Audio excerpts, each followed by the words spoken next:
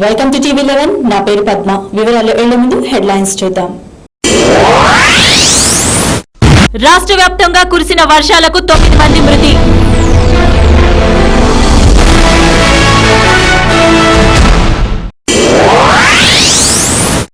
గరిష్ట స్థాయికి చేరిన హుస్సేన్ సాగర్ నీటి మట్టం.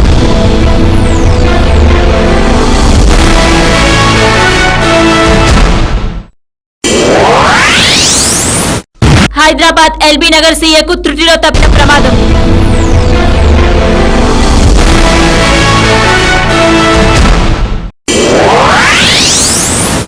వైఎస్ పై అనుచిత వ్యాఖ్యలు చేసిన బొత్సాపై రాష్ట్ర వ్యాప్తంగా నిరసనలు.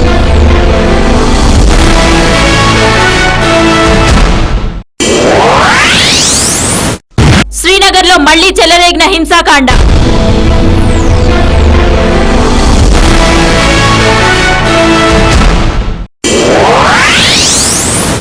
News in details.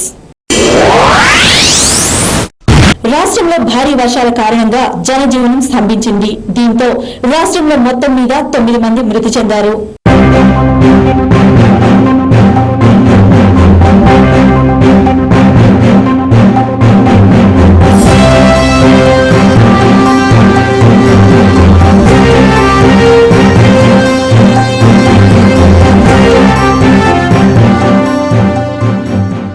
రాష్ట్రంలో భారీ వర్షాలు కొనసాగుతున్నాయి. గత నెల ఉత్తరాఖండ్లోని కేదార్నాథ్లో ఒకే రోజు 34 సెంటీమీటర్ల వర్షపాతం నమోదవగా మన రాష్ట్రంలోని ఖమ్మం జిల్లా పేరులో శుక్రవారం రికార్డు స్థాయిలో 58.1 సెంటీమీటర్ల వర్షపాతం నమోదైంది. ఖమ్మం, ఆదిలాబాద్ జిల్లాలో పలు గ్రామాలకు ఇతర ప్రాంతాలతో సంబంధాలు తెగిపోయాయి. కరీంనగర్ జిల్లాలోని ముంపు ప్రాంతాలకు ఈ రోజు హెలికాప్టర్ను పంపనున్నారు. జాతీయ విపత్తు నిర్వహణ శక్తి ఎన్డీఆర్ఎఫ్ ని కూడా రంగంలోకి దించారు. ఇప్పటి వరకు వర్షాలు, వరదలతో 9 మంది మృత్యువాత పడగా ఆస్తి నష్టం, పంట నష్టం భారీగా జరిగింది. 1475 ఇళ్లు దెబ్బతినగా వాటిలో 175 పూర్తిగా కూలిపోయాయి. 69,000 హెక్టార్లలో పంట నీట మునిగింది. భారీ వర్షాల వలన ఇబ్బందులు పడుతున్న ప్రజలను ఆదుకోవడానికి తగిన చర్యలు చేపడుతున్నట్టు రెవెన్యూ, విపత్తు నిర్వహణ మంత్రి రఘువీరారెడ్డి తెలిపారు. ఖమ్మం జిల్లా భద్రాచలం వద్ద ఇప్పటి వరకు 53.4 అడుగుల ఎత్తుకు గోదావరి నీరు చేరిందని, 1986 సంవత్సరం తర్వాత తిరిగి అలాంటి పరిస్థితి ఉందన్నారు. ముంపుకు గురైన ప్రాంతాలలో ఆహారం, తాగునీరు, మందులు అందించడానికి 4 హెలికాప్టర్లను అందుబాటులో ఉంచాలని సైన్యాన్ని కోరినట్లు పేర్కొన్నారు. ఖమ్మం, కరీంనగర్, వరంగల్ జిల్లాల్లో పునరావాస కేంద్రాలు ఏర్పాటు చేశారు. వర్షాలు ఇలాగే కొనసాగితే ఆ ప్రాంతాల్లో పంచాయతీ ఎన్నికల వాయిదా కొరకు ఈసీ అనుమతి కోరతారని పేర్కొన్నారు. ఇక అత్యధిక వర్షపాతం వివరాల్లోకి వెళ్తే గురువారం ఉదయం 8 గంటల నుంచి శుక్రవారం ఉదయం 8 గంటల మధ్య ఖమ్మం జిల్లా పేరులో 58 సెంటీమీటర్ల రికార్డు స్థాయి వర్షపాతం నమోదైంది. ఏటూరు నాగారం 29, వెంకటాపురం 21, లక్షల్పేట 20, సిరిసిల్ల కాళేశ్వరం 19 సెంటీమీటర్లు, పరకాల రామగుండం 18 సెంటీమీటర్లు, హుజూరాబాద్ మంథని 17 సెంటీమీటర్లు, చెన్నూరు సుల్తానాబాద్ 16 సెంటీమీటర్లు, కరీంనగర్ ములుగు 15, మంచిర్యాల 13, కామారెడ్డి జగిత్యాల్లో 12 సెంటీమీటర్ల వర్షపాతం నమోదైంది. భారీ వర్షాల నేపథ్యంలో సహాయ, పునరావాస చర్యల కోసం ఐఏఎస్ అధికారులను నియమించారు.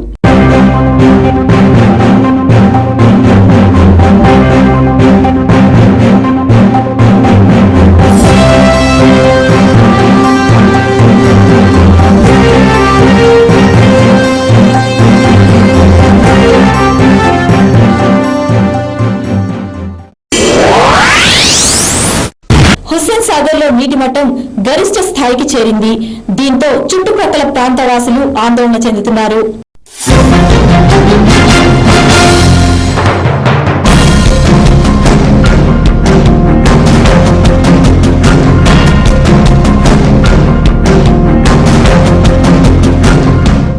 హుస్సేన్ సాగర్ లో నీటి మట్టం గరిష్ట స్థాయికి చేరింది. ప్రస్తుతం 513.77 అడుగులుగా నమోదు కావడంతో లోతట్టు ప్రాంతాల వారు అప్రమత్తంగా ఉండాలని జీహెచ్ఎంసీ ఇప్పటికే హెచ్చరిక జారీ చేసింది. దోమల్గూడ, అరుంధతి నగర్, ఇందిరానగర్ ప్రాంతాల్లో నివసిస్తున్న వారు అనుక్షణం పరిస్థితిని గమనిస్తూ ఉండాలని అధికారులు తెలిపారు. హుస్సేన్ సాగర్ ఇప్పటికే ఫుల్ ట్యాంక్ లెవెల్ కి రావడంతో ఏ క్షణంలో ఏం జరుగుతుందా అని చుట్టుపక్కల ప్రాంతాల వారు ఆందోళన చెందుతున్నారు.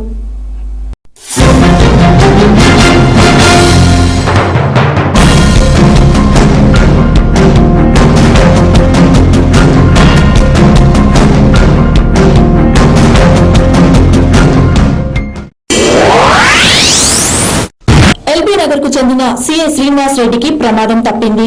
వనస్థలిపురం వైపు వెళ్తుండగా ఆర్టీసీ బస్సు ఢీకొనడంతో వెనుక భాగంలోని అద్దాలు బద్దలయ్యాయి.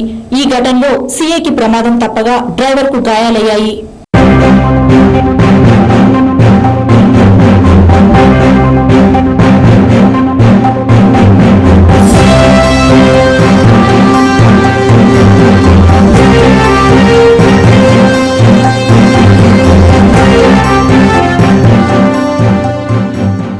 ఎల్బీ నగర్ కి చెందిన సిఐ శ్రీనివాస్ రెడ్డి వనస్థలిపురం వైపు వెళ్తుండగా వెనుక నుండి వచ్చిన ఆర్టీసీ బస్సు ఢీకొనడంతో వెనుక భాగంలో ఉన్న అద్దాలు ధ్వంసమయ్యాయి.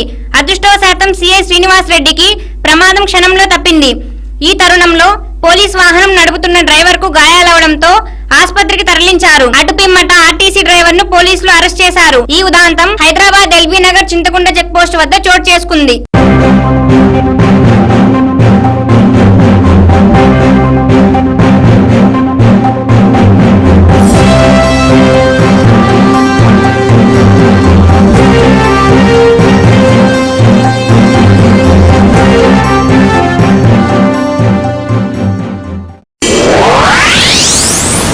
వైఎస్ఆర్ పై వ్యక్తిగత వ్యాఖ్యలను చేసిన బొత్స సత్యనారాయణపై రాష్ట్ర వ్యాప్తంగా నిరసనలు వ్యక్తమవుతున్నాయి.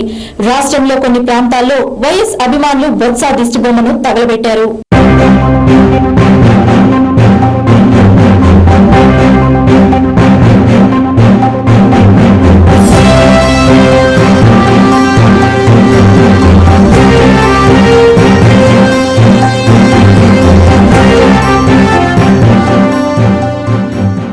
మాజీ ముఖ్యమంత్రి వైఎస్ఆర్ పై వ్యక్తిగత ఆరోపణలు చేసిన పిసిసి అధ్యక్షుడు బొత్స సత్యనారాయణపై రాష్ట్ర వ్యాప్తంగా నిరసనలు వెల్లువెత్తాయి.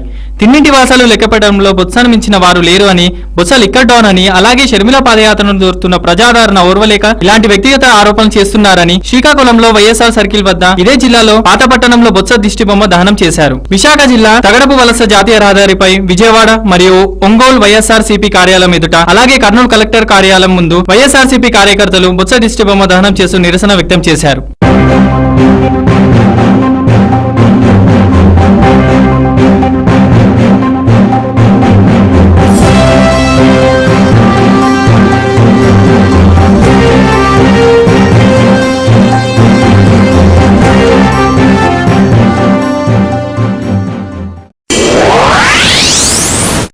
జమ్మూ కాశ్మీర్లో మరోసారి హింస చెలరేగింది. బీఎస్ఎఫ్ క్యాంపై నిరసనకారులు దాడికి పాల్పడడంతో పోలీసులకు నిరసనకారులకు మధ్య ఘర్షణ జరిగింది.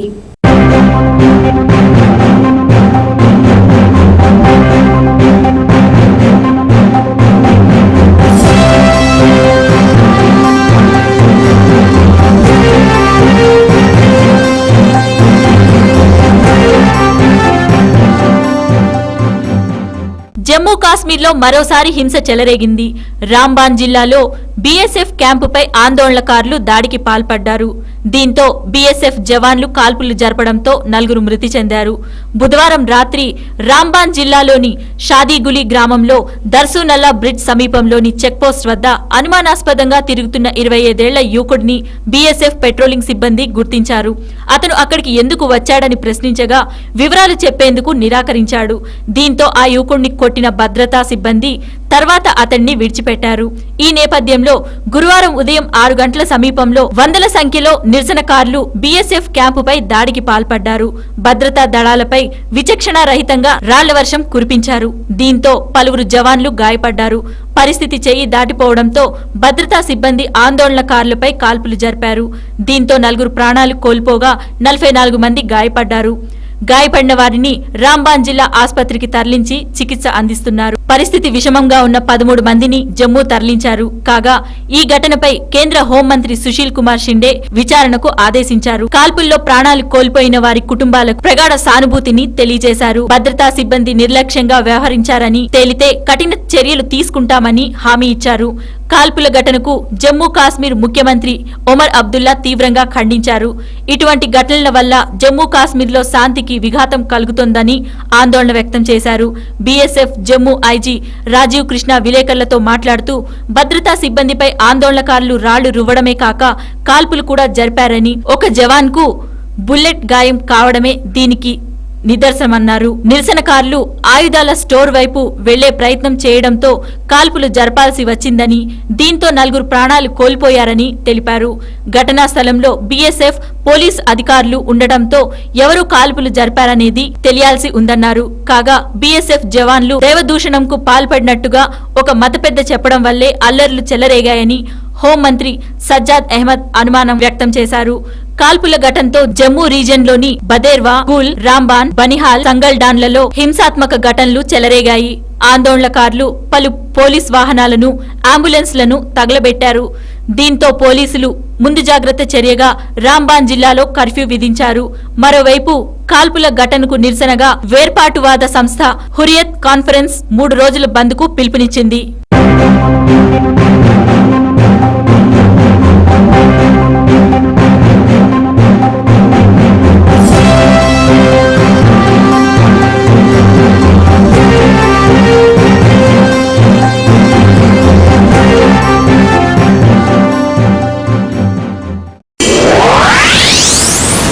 ఇప్పుడు వార్తల్లో చిన్న విరామం. చూస్తూనే ఉండండి టీవీ11.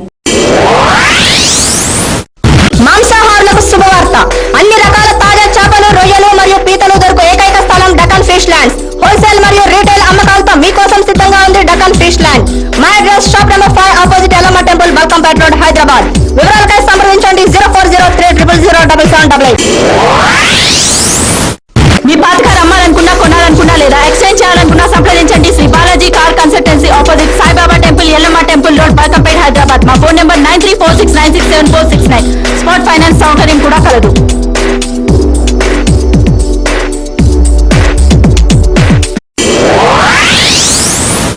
విరామానంతరం తిరిగి స్వాగతం. రాష్ట్రంలో కురుస్తున్న భారీ వర్షాలపై సీఎం కిరణ్ అధికారులతో సమీక్ష నిర్వహించారు. పరిస్థితులను పరిశీలించి తగు చర్యలు తీసుకోవాలని ఆయన అధికారులకు ఆదేశాలిచ్చారు.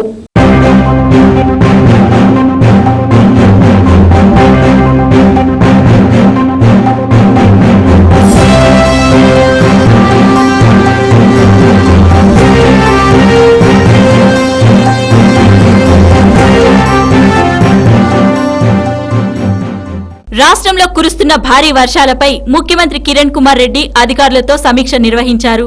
అన్ని జిల్లాల కలెక్టర్లు అప్రమత్తంగా ఉండాలని ఆయన ఆదేశించారు. చెరువుల్లోకి గండ్లు పడకుండా చర్యలు తీసుకోవాలన్నారు. 24 గంటలు పరిస్థితిని పరిశీలించేందుకు జిల్లాలో ప్రత్యేక సెల్లు ఏర్పాటు చేయాలని ఆయన అధికారులకు ఆదేశాలు జారీ చేశారు. లోతట్టు ప్రాంత, లంక పరివాహక ప్రాంతాల ప్రజలు అప్రమత్తంగా ఉండాలని ముఖ్యమంత్రి సూచించారు. లోతట్టు ప్రాంత ప్రజలను సురక్షిత ప్రాంతాలకు తరలించడంతో పాటు పునరావాస కేంద్రాల ఏర్పాటు, వైద్య సదుపాయాలు కల్పించాలని ఆదేశించారు. అవసరమైతే రక్షణ బలగాల సహాయం తీసుకోవాలని ముఖ్యమంత్రి పేర్కొన్నారు. రిజర్వాయర్లలోని నీటి మట్టం, సముద్రంలో వదులుతున్న నీరుపై క్షుణ్ణంగా అధికారులను అడిగి తెలుసుకున్నారు. వాతావరణ పరిస్థితులకు అనుగుణంగా ముందు జాగ్రత్త చర్యలు తీసుకోవాలని అధికారులను ఆదేశించారు. అన్ని శాఖలు అప్రమత్తంగా ఉండాలని, ఎటువంటి ఆస్తి నష్టం, ప్రాణ నష్టం జరగకుండా చర్యలు తీసుకోవాలని స్పష్టం చేశారు. కలెక్టర్లు ఎప్పటికప్పుడు అప్రమత్తంగా ఉండి కింద స్థాయి సిబ్బందికి తగిన దిశానిర్దేశం చేయాలని సూచించారు.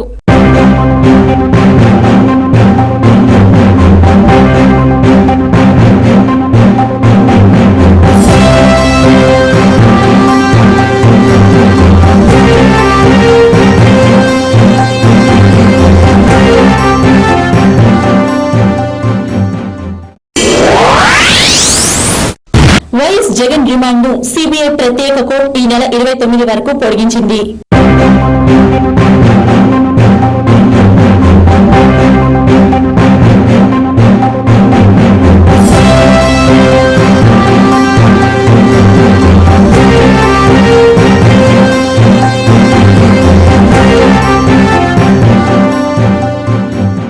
తన కంపెనీల్లో పెట్టుబడుల వ్యవహారంలో వైఎస్ జగన్మోహన్ రెడ్డి రిమాండ్ ను సిబిఐ ప్రత్యేక కోర్టు ఈ నెల 29 వరకు పొడిగించింది.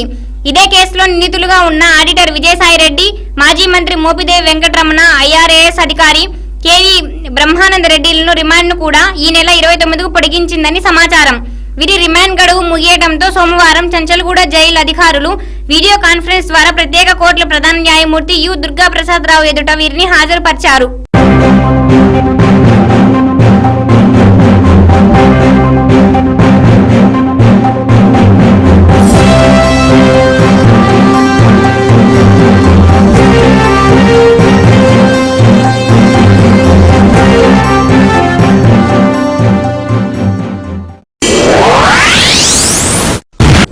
అక్రమాస్తుల కేసులో నిందితుడిగా ఉన్న మాజీ మంత్రి ధర్మాన ప్రసాదరావు వ్యవహారం సుప్రీంకోర్టుకు చేరింది.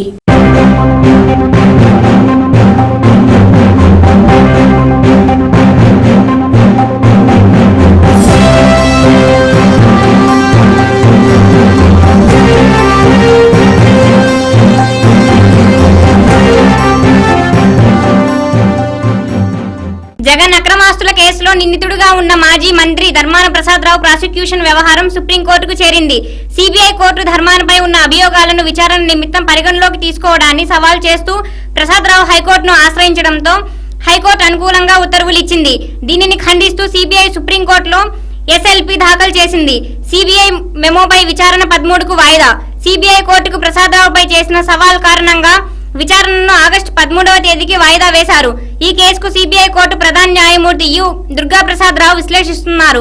ఈ సందర్భంగా కోర్టులో ఎస్ఎల్పి దాఖలు చేశారని, అందువలన విచారణకు వాయిదా వేయాలని CBI public prosecutor K Surender Rao కోరారు.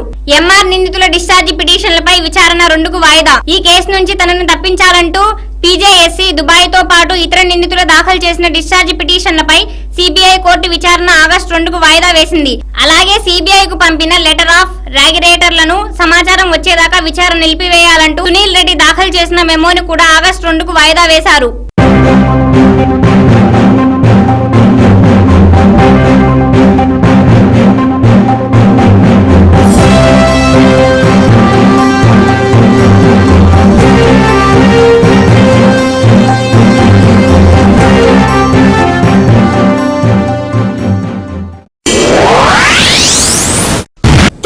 అంశంపై కాంగ్రెస్ నేతలు ఒకరిపై ఒకరు దుమ్మెత్తి పోసుకుంటున్నారు. తాజాగా ఈ అంశంపై కాంగ్రెస్ సీనియర్ నేత పాల్వాయ్ గోవర్ధన్ రెడ్డి సీమాంధ్ర నేతలపై మండిపడ్డారు.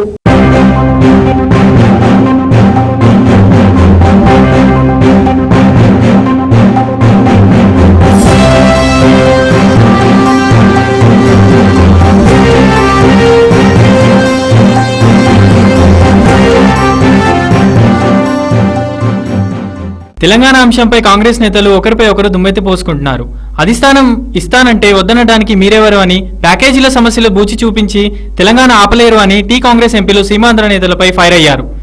ఈ విధంగా కాంగ్రెస్ సీనియర్ నేత ఎంపీ పాల్వాయ్ గోవర్ధన్ రెడ్డి మాట్లాడుతూ, ఇప్పటి తెలంగాణలో యువకుల బలిదానాలు ప్రోత్సహించడానికి కారణం సీమాంధ్ర ఎంపీలు అని, తప్పకుండా ఈ పార్లమెంట్లో తెలంగాణ బిల్లు పెడతారు అని, తెలంగాణ విషయంలో సోనియా గాంధీ ఏ నిర్ణయం తీసుకున్నా అది మారేది లేదు అని, ఎంతమంది ఎన్ని ప్యాకేజీలో మభ్యపెట్టినా అది వాళ్ళు చెప్పుకోవాల్సింది తప్ప ఒరిగేదేమీ లేదు అని పాల్వాయి గోవర్ధన్ రెడ్డి విలేకరుల సమావేశంలో తెలిపారు.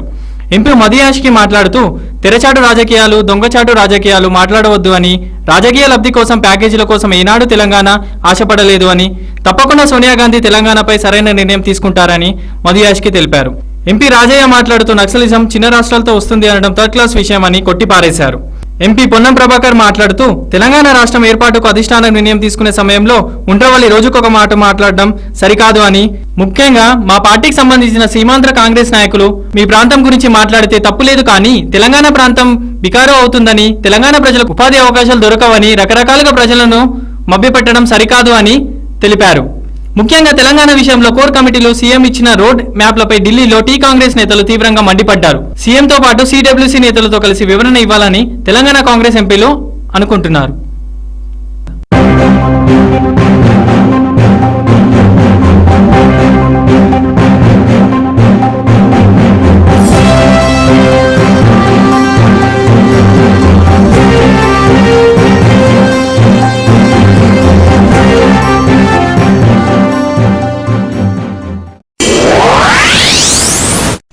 మధ్యకాలంలో చైన్ స్నాచింగ్ కేసులు ఎక్కువైపోతున్నాయి. తాజాగా ఓ మహిళ మెడలో నుండి 2 దుండగులు పిస్తల్ తాడును లాక్కెళ్లిపోయారు.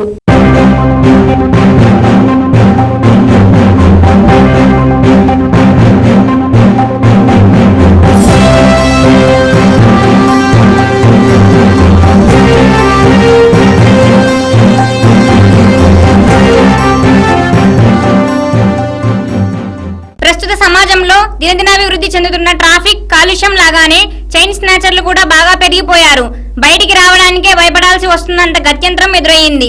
పద్మావతి అనే మహిళ 2 పిల్లలను స్కూల్ నుండి వదిలి వస్తుండగా తన మెడలో నుండి 5 తులాల పుస్తల తాడును 2 చైన్ స్నాచర్లు లాక్కొని పారిపోతుండగా స్థానికులు ఒకరిని పట్టుకుని దేహశుద్ధి చేశారు. మరొకరిని పట్టుకోబోతుండగా పరారయ్యాడు. ఈ సంఘటన వనస్థలిపురంలోని భూలక్ష్మీ నగర్ లో చోటు చేసుకుంది. స్కూల్కి వెళ్ళి పిల్లని తీసుకొని వస్తుంటే వెనకకేళ్ళు వచ్చిరట, ఇద్దరు గుంజుకొని ఉరుకుతూనే ఉండరట. ఇక అమ్మ అమ్మ అని అన్నది దొంగ దొంగ అనగానే అందరు కూడినరట, ఎంబడి పడ్డారట. అటు దిగిపోయిండట ఒకటి. అదే 8-10 నిమిషాలు ఆ బ్యాంక్ 8-10, 8-15. నేను కూడా స్కూల్ టీచర్, అదే చైతన్య టెక్నో. ఇవాళ హాలిడే మాకు, అందుకోసం అని చెప్పేసి నేను వెళ్ళలేదు. రోజులు అయితే అలా వెళ్తే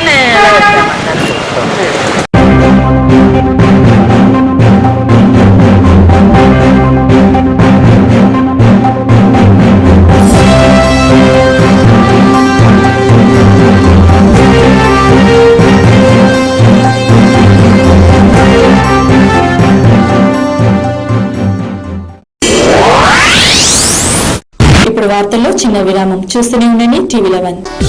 Mohan's Motors since 1987. To buy, sell, exchange, park and sell, visit Mohan's Motors. Insurance and finance available. We have 3 branches at Amirpet, Secunderabad and Madhapur. Contact 9848772222. For details log on www.mohansmotors.com.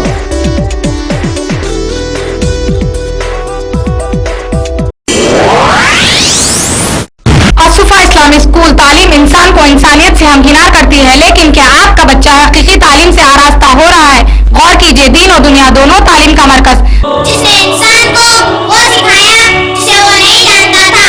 Believe in prophets. May the prayer and salutations of Allah be upon this all. सूरह Baqarah number 2 ayat number 25. Asufa Islamic school English medium इस्लामी तालीम के साथ आपके इलाके का वाहिद school Asufa Islamic school Swarajnagar Gorabanda. విరామానంతరం తిరిగి స్వాగతం.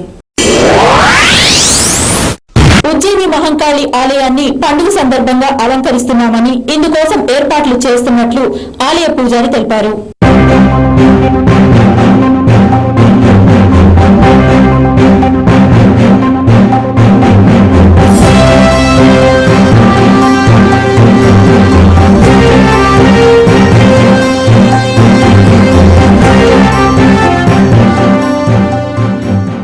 సికింద్రాబాద్ లో వెలసి ఉన్న ఉజ్జయిని మహంకాళి ఆలయాన్ని పండుగ సందర్భంగా ఏర్పాట్లు ఈ నెల 28, 29కు సిద్ధం చేస్తున్నట్లు ఆలయ పూజారి తెలిపారు.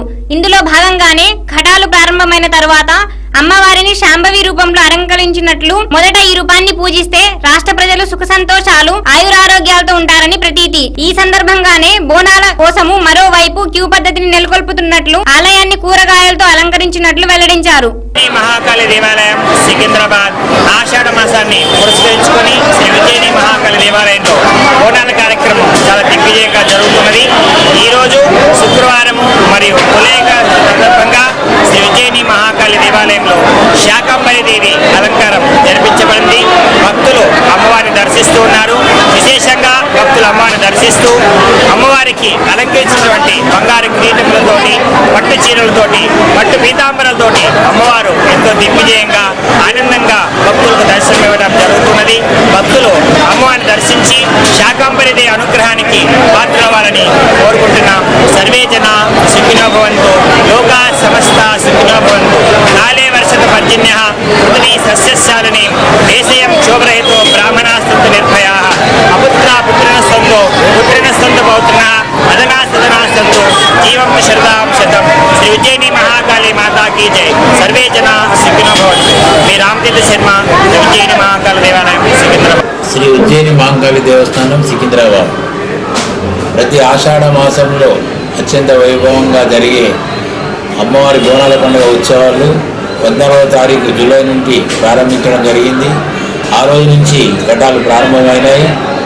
అమ్మవారి ఘటము ప్రతిరోజు వీధి వీధికి వెళ్ళడం ఆనవాయితీ. ఎవరైనా భక్తులు ఈ గుడికి రాని వాళ్ళు, హ్యాండిక్యాప్ ఉన్నవాళ్ళు, ముసలి వాళ్ళకు అమ్మవారే వారింటికి వెళ్ళి దర్శనం ఇవ్వడం ఆనవాయితీ. ఆ ప్రకారంగానే 14వ తారీఖు నుంచి అమ్మవారి ఘటం ఊరేగించడం జరుగుతున్నది. అలాగే ఈ సంవత్సరము 28వ తారీఖు ఆదివారం నాడు బోనాలు, అలాగే 29వ తారీఖు ఉదయం 9:30 గంటలకు అమ్మవారి రంగం కార్యక్రమం ఉంటుంది. 10:30 గంటలకు అమ్మవారిని ఏనుగుపై ఊరేగించడం జరుగుతుంది. అమ్మవారి దర్శనానికి వచ్చే భక్తులకు 28వ తారీఖు ఉదయం 4 గంటల నుంచే అమ్మవారి దేవాలయాన్ని తెరవడం జరుగుతుంది. సుమారు 42 గంటలు అమ్మవారి దేవాలయాన్ని నిర్వీర్యంగా భక్తులకు దర్శనం గురించి ఏర్పాటు చేశాము. అమ్మవారి భక్తులు దర్శించుకుని వచ్చే భక్తుల గురించి మొత్తం 6 క్యూ లైన్లు ఏర్పాటు చేయడం జరిగింది. 6 క్యూ లైన్లలో కూడా ఎండ నుంచి కానీ వాన నుంచి కాపాడడానికై కలకత్తా డెకరేషన్తో సుందరంగా డెకరేషన్ ఏర్పాటు చేశాము. అలాగే ముఖ్యంగా మహిళా భక్తులకు గత సంవత్సరం మాదిరిగానే ఈ సంవత్సరం కూడా బోనాల క్యూ లైన్ సపరేట్గా ఏర్పాటు చేయడం జరిగింది. మహిళా భక్తులకు విజ్ఞప్తి ఏంటంటే బోనం ఎత్తుకొచ్చే ప్రతి మహిళా భక్తురాలు బోనాల సపరేట్ క్యూ లైన్కి వస్తే 10 నిమిషాల లోపల వారికి దర్శనం చేసి పంపించడం జరుగుతుంది. అలాగే పోలీస్ డిపార్ట్మెంట్ వాళ్ళు కానివ్వండి, జిహెచ్ఎంసీ వాళ్ళు కానివ్వండి, ఎలక్ట్రిసిటీ డిపార్ట్మెంట్ వాళ్ళు కానివ్వండి, వారి పరిధిలో ఉన్న అన్ని కార్యక్రమాలు పూర్తి చేస్తున్నారు. అందరి సహకారంతో ఈ సంవత్సరం బోనాల పండుగను అత్యంత వైభవంగా ఎవరికి ఎలాంటి అసౌకర్యం కలగకుండా చేయడానికి అన్ని ఏర్పాట్లు పూర్తి చేయడం జరిగింది. మా దేవాలయం స్టాఫ్ కాకుండా ఇతర దేవాలయాల నుంచి కూడా సిబ్బందిని నియమించడం జరిగింది. అమ్మవారి ప్రసాదాలు కూడా భారీ ఎత్తున అందరి భక్తులకు అందే ఏర్పాటు చేస్తున్నాము. కాబట్టి ఈ సంవత్సరము కూడా అమ్మవారిని విశేషంగా అధిక సంఖ్యలో భక్తులు వచ్చి అమ్మవారిని దర్శించుకోవాల్సిందిగా కోరనైనది. ముఖ్యంగా పోలీస్ డిపార్ట్మెంట్ వారి విజ్ఞప్తి ఏంటంటే సెల్ ఫోన్లు కానివ్వండి, ఎలక్ట్రానిక్ వస్తువులు కానివ్వండి దేవాలయానికి తీసుకురావద్దని వారి విజ్ఞప్తి. ఎందుకంటే ఈ మధ్య దేశంలో అనుకోని సంఘటనలు దేవాలయంలో జరుగుతున్నాయి కాబట్టి సెక్యూరిటీ పర్పస్ కింద ఎలక్ట్రానిక్ డివైసెస్ను తీసుకురావద్దని ప్రజలకు విజ్ఞప్తి చేయడం జరిగింది. వెళ్ళిన మొదటి శుక్రవారము అమ్మవారిని శాకాంబరిగా అలంకరించడం ఆనవాయితీ. ఈరోజు కూడా అమ్మవారిని శాకాంబరిగా అలంకరించాము. అమ్మవారికి వివిధ రకాల కూరగాయలతో అలంకరించడం జరిగింది. అమ్మవారిని కాకుండా దేవాలయాన్ని పూర్తిగా వివిధ రకాల కూరగాయలతో అలంకరించాము. అమ్మవారి దేశంలో ఉన్న ప్రజలందరూ సుఖశాంతులతో ఉండాలని, వర్షాలు సమృద్ధిగా కురవాలని, పాడి పంటలు సమృద్ధిగా ఉండాలని, ఆయురారోగ్యాలతో అందరూ పచ్చంగా ఉండాలని అమ్మవారిని పచ్చనైన ఈ కూరగాయలకు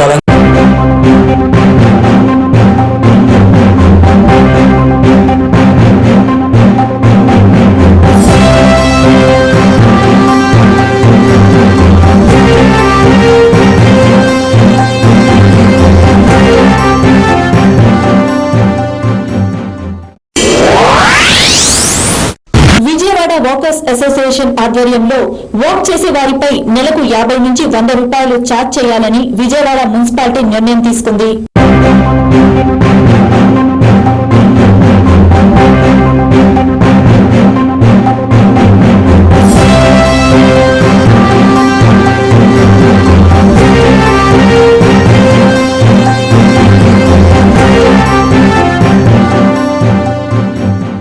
విజయవాడలోని మున్సిపల్ అధికారులు కొత్త రకం పన్నులను కనుగొన్నారు. విజయవాడ వాకర్స్ అసోసియేషన్ ఆధ్వర్యంలో వాక్ చేసే వారిపై నెలకు 50 నుంచి 100 రూపాయల పన్ను విధించాలని విజయవాడ మున్సిపాలిటీ నిర్ణయించింది. ఈ కొత్త రకం పన్నుతో విజయవాడ వాసులు మున్సిపాలిటీ చర్యను తప్పుపట్టారు.